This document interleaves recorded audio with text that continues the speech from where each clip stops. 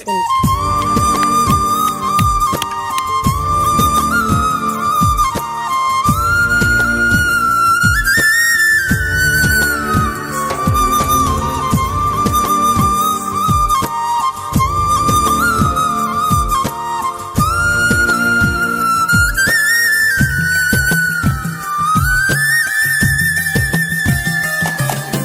உப்பு கடலோடு மேகம் உற்பத்தியானாலும் உப்பு தண்ணீரை மேகம் ஒருபோதும் சிந்தாது. மலையில் விழுந்தாலும் சூரியன் மறித்து போவதில்லை.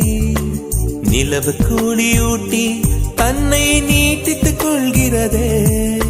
மேகமாய் நானும் மாறேனோ, அதன் மேன்மை குணங்கள் காண்பேனோ.